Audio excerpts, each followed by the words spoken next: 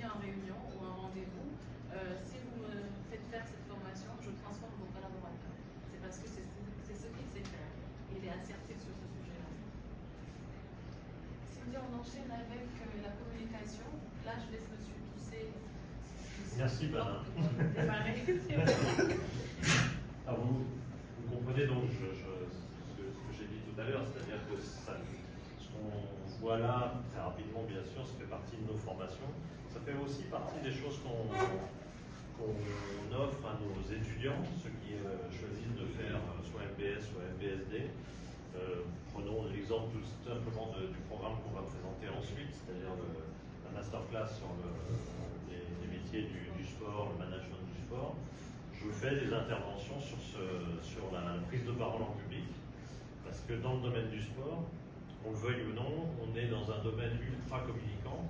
La communication est beaucoup plus rapide et beaucoup plus extrême que dans une entreprise classique, ou peut-être que des groupes comme KPMG, FIAFAM ou autres vont avoir des communications régulières quand les résultats du groupe sortent tous les 3 mois, 6 mois, ça dépend des pays, peut-être tous les ans pour certains pays, je n'en sais rien.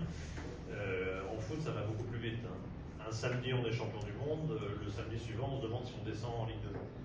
C'est la vie du foot, c'est-à-dire qu'un résultat, à la fin de la semaine, tout à l'heure, j'ai la chance, il y a Gervais Martel qui sera parmi nos invités, et qui est l'ancien président de Lens, qui est à Dakar en ce moment. Je l'ai rencontré hier et il nous fera le plaisir de venir. J'aurai 3 ou 4 invités très rapidement dans la conférence de presse, évidemment. Vous aurez, les journalistes, vous, l'occasion de leur parler. Gervais Martel peut vous raconter les hauts et les bas.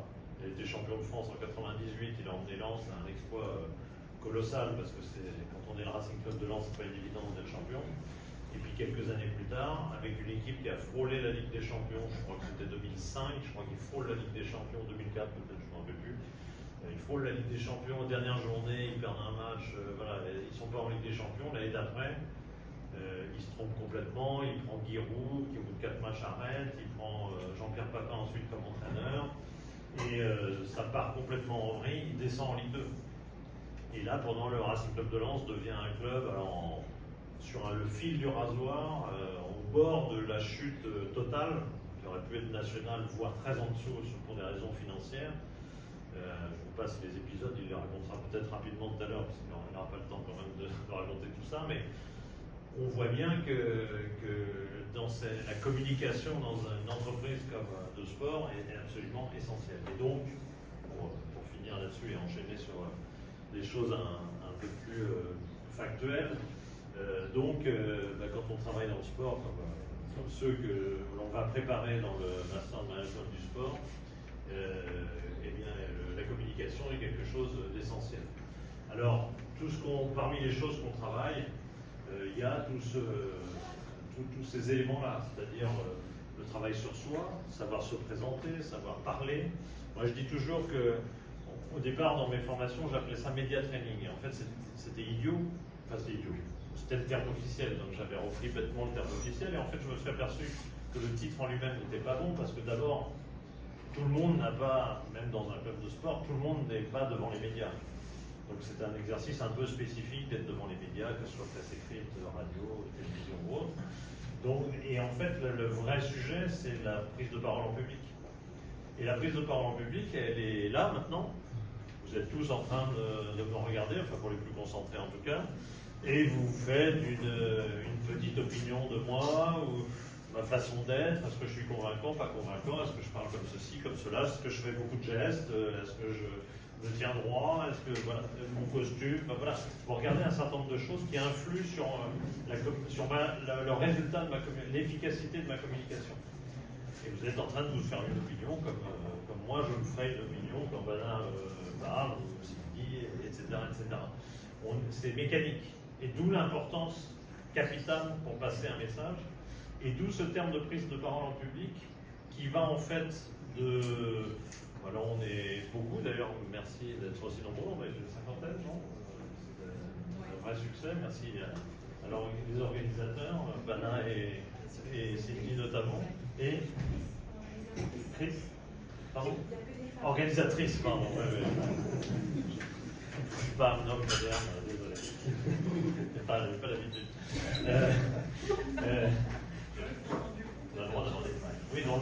on n'en voit pas beaucoup, mais de plus en plus, heureusement.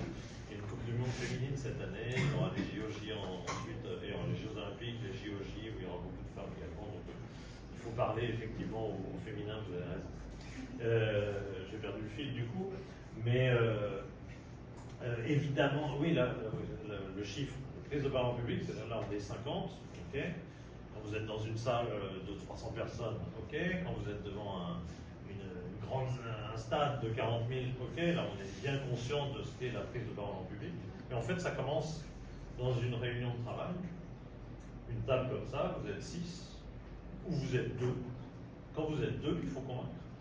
Alors, on l'imagine bien quand vous êtes force de vente et que vous vendez un produit, là où on se dit, tiens, il faut convaincre l'acheteur. Bon, là, c'est évident. Mais en fait, vous faites du marketing, vous faites de la communication sans le savoir, de façon permanente. Quand vous avez une réunion à 2, ben, il faut convaincre l'autre. Si vous croyez en vos idées, si vous voulez les faire passer, ben, vous avez envie de convaincre. Et convaincre, c'est forcément un travail sur soi, sur son attitude, sur sa gestuelle, la voix, le regard. Un petit détail tout bête, genre très très souvent, Bana, je suis sûr que Bana a envie de me dire ça, je vais lui dire non tout de suite. On croit tous avoir une mauvaise voix. Tous. Tous ici, je suis persuadé que vous vous dites, ah moi j'aime pas trop parler parce que je suis pas à l'aise, j'ai une mauvaise voix. Alors, évidemment, ça ramène aux questions de confiance en soi ou autre, mais surtout, tout simplement techniquement, en fait, sachez une chose très simple, c'est que on ne sait pas la voix qu'on a. En fait, on l'entend par l'oreille interne, et du coup, on n'a absolument pas la conscience exacte de ce qu'est notre voix. Il y a simplement, oui, quand on passe à la télé, ou on est enregistré, tout d'un coup, on se rencontre, et en général, la réflexion est donc, je n'aime pas ma voix, je ne suis pas bonne, je ne suis pas bon dans mon expression, et donc, j'aime pas trop ça et je vais pas le faire. Et en fait, c'est stupide parce que il n'y a pas beaucoup de mauvaises voix. Certes, il y a des gens mieux faits pour faire de la radio, qui ont vraiment des voix expressives à la radio ou autre, mais là on parle de professionnalisme. Mais pour autant, il n'y a pas de mauvaise voix. Il n'y a pas de mauvais physique. C'est pas vrai. Il y a des gens, il y a eu on en a des présidents de la République, qui sont des gens tout petits, mal foutus et autres. Ils ont été élus quand même. Hein. Et s'ils ont été élus, c'est qu'ils ont su être convaincants par d'autres méthodes.